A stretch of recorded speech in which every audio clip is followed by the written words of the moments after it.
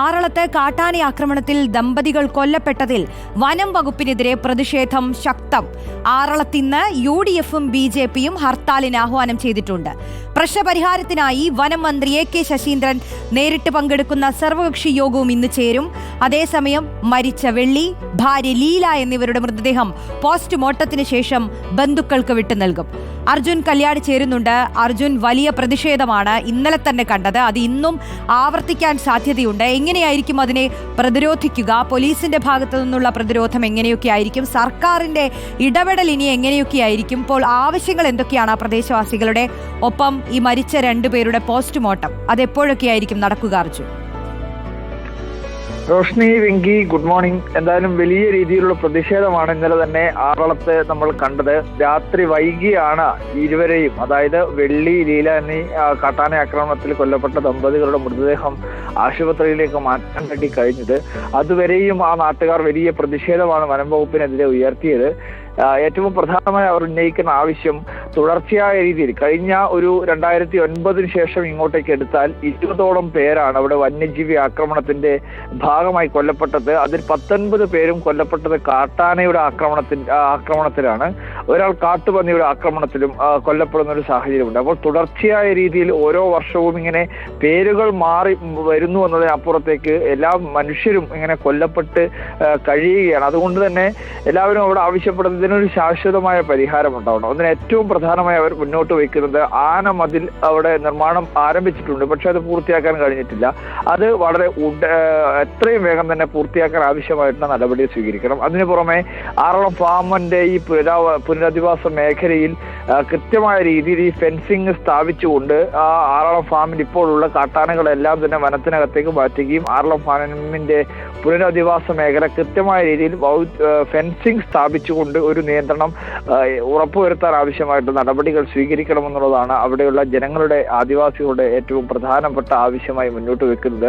ഇന്നലെ തന്നെ അവിടെ വനം വകുപ്പിന്റെ ഉദ്യോഗസ്ഥരോ ജീവനക്കാരോ ആരും തന്നെ എത്താത്തതിൽ വ്യാപകമായ പ്രതിഷേധമായിരുന്നു ഉണ്ടായിരുന്നത്. കാരണം 2 പേർ മരണപ്പെട്ടിട്ടും വനം വകുപ്പിന്റെ ഉദ്യോഗസ്ഥർ ആരും തന്നെ സ്ഥലത്തേക്ക് എത്തിയിട്ടില്ല, അല്ലെങ്കിൽ വനം വകുപ്പിന്റെ ജീവനക്കാർ ആരും എന്താണ് ഇവിടത്തേക്ക് എത്താത്തത്? വനം വകുപ്പിൽ എന്താണ് ഒരു 2 പേർ മരണപ്പെട്ടിട്ട് പോലും ഇവിടത്തേക്ക് എത്താൻ ഇത്ര മടി എന്നുള്ളതാണ് അവരെല്ലാം ഉന്നയിക്കുന്ന ഒരു ചോദ്യം. വനം വകുപ്പ് മന്ത്രി തന്നെ എത്തണമെന്നുള്ള ആവശ്യം ആദ്യഘട്ടത്തിൽ ഉന്നയിച്ചു. പിന്നീട് അത് ജില്ലാ കളക്ടർ എത്തണമെന്നുള്ള ആവശ്യമായി ചുരുങ്ങി. പക്ഷേ ആവശ്യങ്ങൾ പലതാണ് എങ്കിൽ കൂടി ഇവരുടെ ഒരു പ്രശ്നത്തിൽ ഇതുവരെയും പരിഹാരം ഉണ്ടാവുന്നില്ല എന്നുള്ളതാണ് ഏറ്റവും പ്രധാനമായിട്ടുള്ള കാര്യം.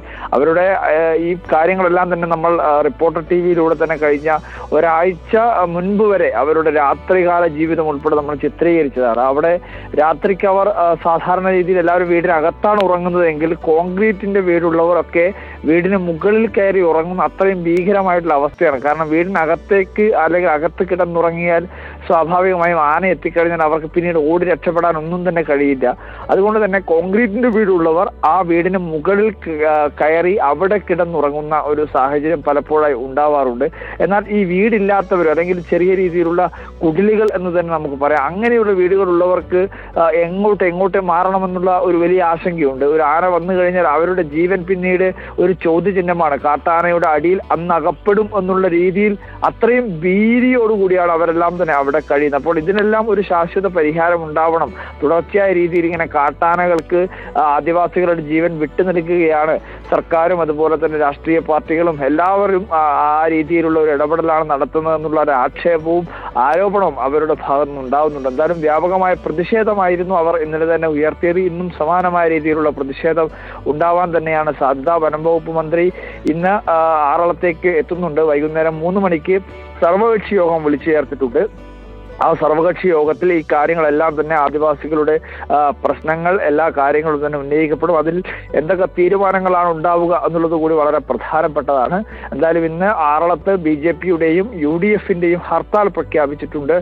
വലിയ രീതിയിലുള്ള, ഒരുപക്ഷെ ഈ പോസ്റ്റ്മോർട്ടം നടപടികൾക്ക് ശേഷം ഇവരുടെ മൃതദേഹങ്ങൾ ആറളത്തേക്ക് എത്തുന്ന ഘട്ടത്തിൽ വലിയ പ്രതിഷേധമുണ്ടാകും എന്ന് തന്നെയാണ് മനസ്സിലാകുന്നത്. ഇന്നലെ ഈ പറയുന്ന ബന്ധുക്കളെ ഉൾപ്പെടെ അനുനയിപ്പിച്ചുകൊണ്ട് വനം വകുപ്പിന്റെയും പോലീസിന്റെയും ഒക്കെ ഇടപെടലാണ് ഈ മൃതദേഹം പിന്നീട് ആശുപത്രിയിലേക്ക് മാറ്റാൻ വേണ്ടി തീരുമാനിച്ചത്. എന്നാൽ ഇന്ന് വലിയ രീതിയിലുള്ള ഒരു പ്രതിഷേധം ഉണ്ടാവാൻ തന്നെയാണ് സാധ്യത. കാരണം തുടർച്ചയായ രീതിയിൽ വന്യമൃഗ ആക്രമണങ്ങളിൽ ആറളത്തെ ജനങ്ങൾ വലിയ രീതിയിൽ പൊറുതിമുട്ടിയിരിക്കുകയാണ്. അവരുടെ ജീവിതം ഇനി എങ്ങനെ മുന്നോട്ട് കൊണ്ടുപോകുമെന്നറിയാത്ത അത്രയും ദുസ്സഹമായ സാഹചര്യത്തിലാണ് അവരെല്ലാം തന്നെ ജീവിച്ചുകൊണ്ടിരിക്കുന്നത്. വലിയ പ്രയാസമാണ് അവർ അനുഭവിച്ചുകൊണ്ടിരിക്കുന്നത്. അതുകൊണ്ട് തന്നെ ഒരു വലിയ പ്രതിഷേധം ഇന്നുണ്ടാകുമെന്നുള്ള കാര്യം ഉറപ്പ് തന്നെയാണ്. ആ രീതിയിലായിരുന്നില്ല രാത്രി തന്നെ അവരുടെ എല്ലാം നേതൃത്വം അല്ലെങ്കിൽ അവരെല്ലാം അത്രയും ഭീകരമായ രീതിയിൽ ഉണ്ടായിരുന്നത്. അത്രയും ഒരു വലിയ പ്രതിഷേധമാണ് അവിടെ ഉണ്ടായിരുന്നത്. റോഷ്നി, വെങ്കി. ശരി, അർജുൻ കല്യാടാണ് വിശദാംശങ്ങൾ നൽകിയത്. കേരളത്തിൽ തന്നെ ഏറ്റവും കൂടുതൽ വന്യമൃഗാക്രമണങ്ങൾ നടക്കുന്ന ഒരു ഏരിയയാണ് ഈ ആറളം എന്ന് പറയുന്നത്.